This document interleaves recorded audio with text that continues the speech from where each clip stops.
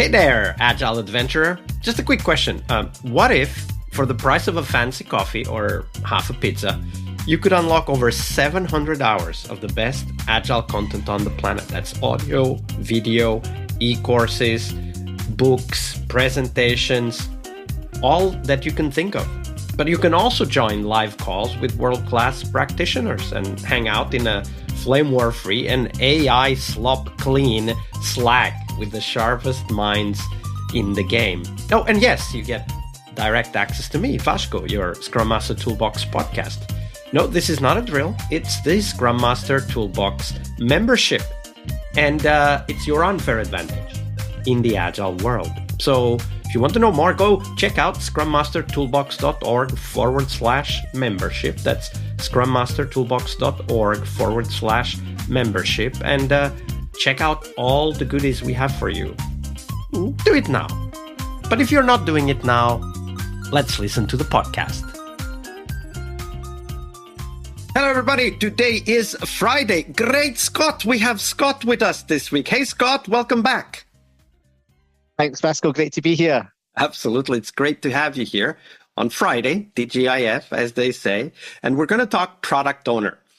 We'll talk about great product owners later. But first, Scott, share with us potentially the worst product owner anti-pattern you've witnessed in your career.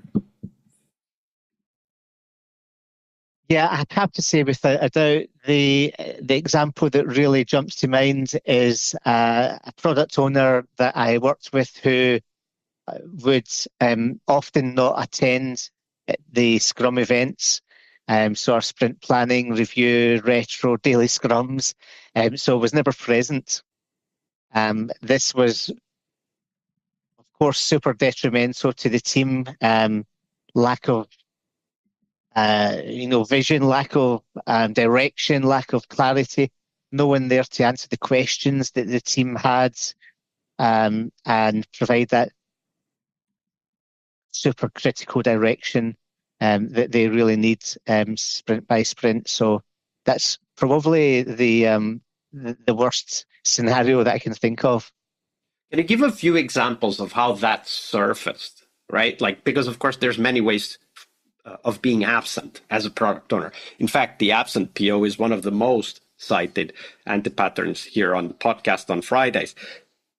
But what were the actual practical ways in which this showed up? And I don't mean necessarily, okay, they didn't show up on the daily meetings. Of course, that's evident if they were absent, but also how it showed up in the team motivation, the ability to solve problems, the team's people, the personal feelings of the people in the team. Like, how did that absence show up when it came to teams, their own interactions internally, and maybe even potential interactions with other teams?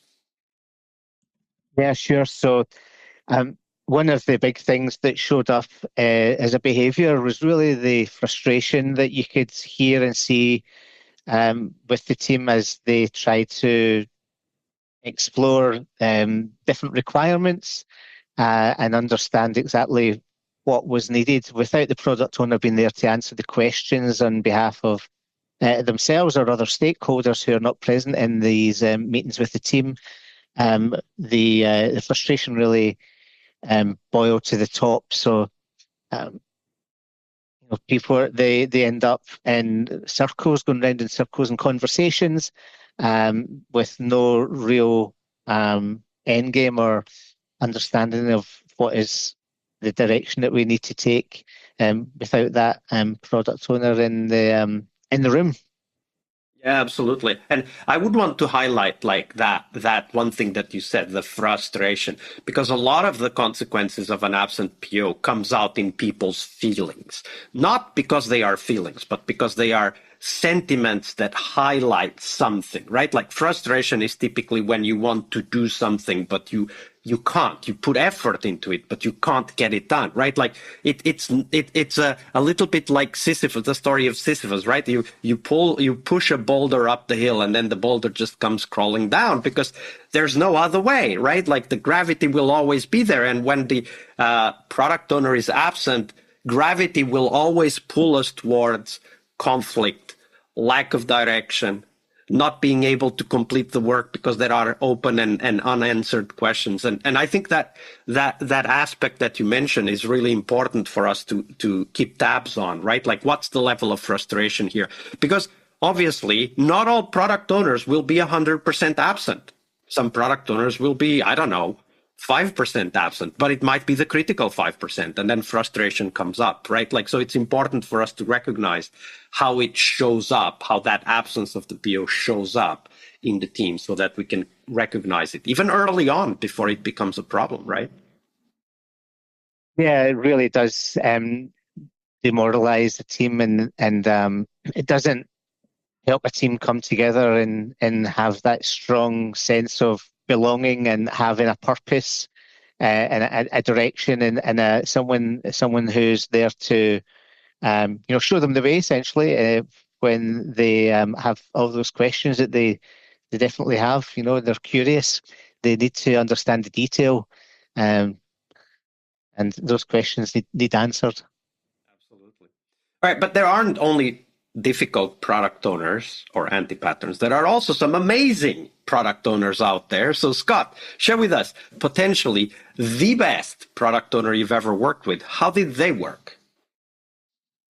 Yeah, I would have to say that the one that I'm working with just now, who is the polar opposite of the one we just previously mentioned, and is always present at every meeting, and always makes themselves available um, for team members who need them, even outside Scrum events and those ad hoc meetings.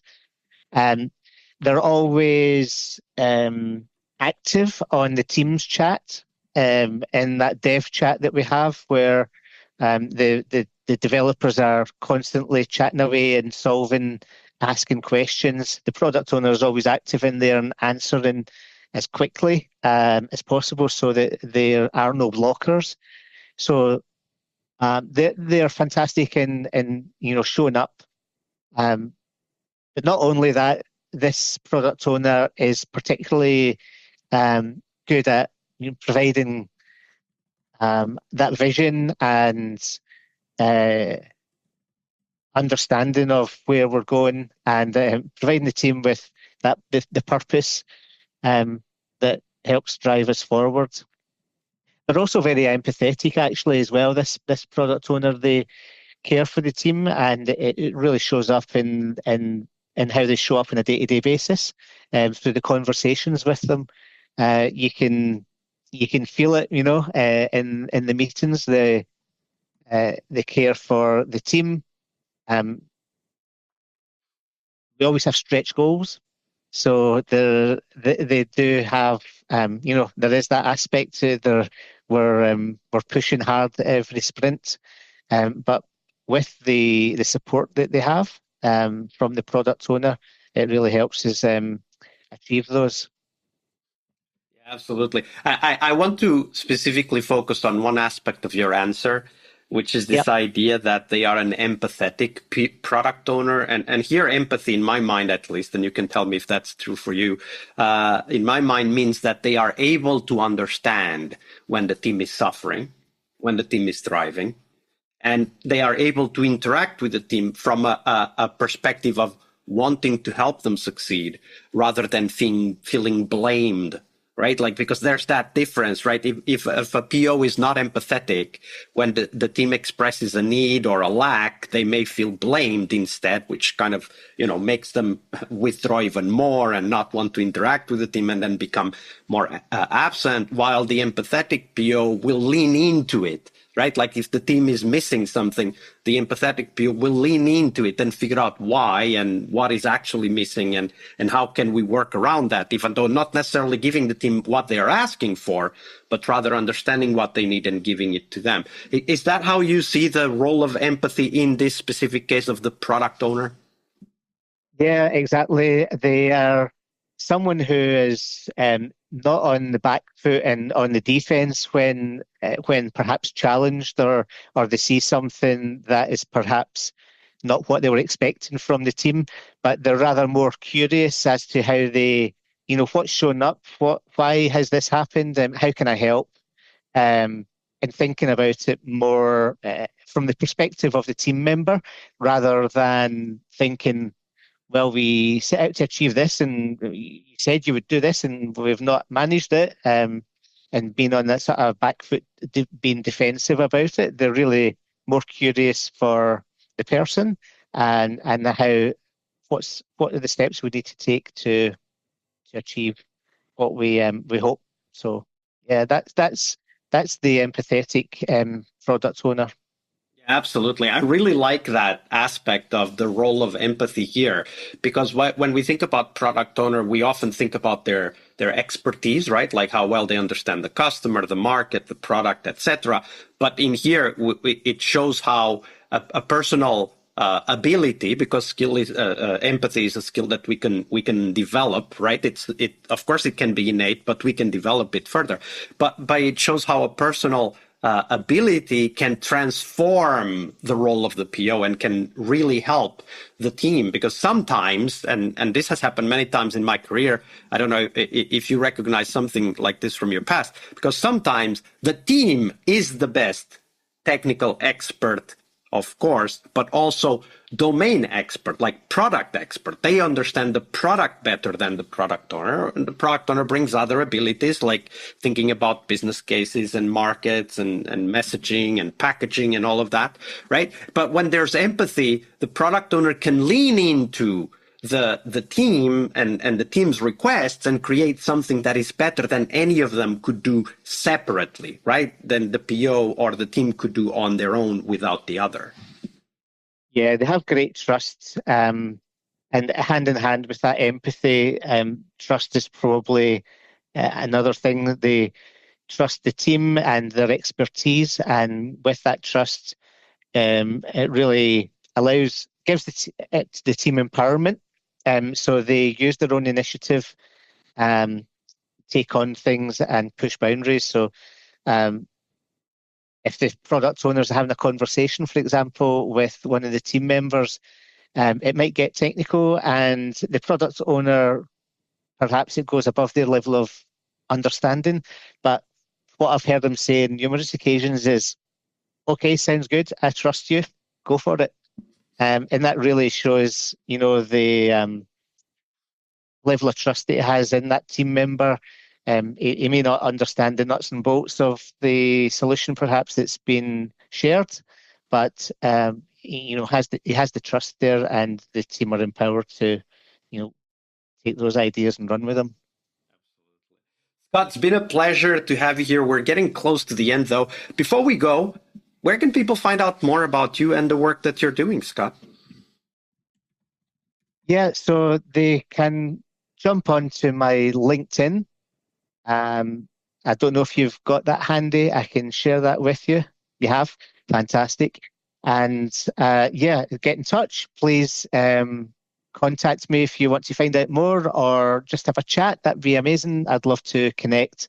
Always love to chat with people around the world on Scrum and Agile and ways of working. Absolutely. And we are a community. So reach out, talk with Scott, have a conversation. There's so much we can learn from each other.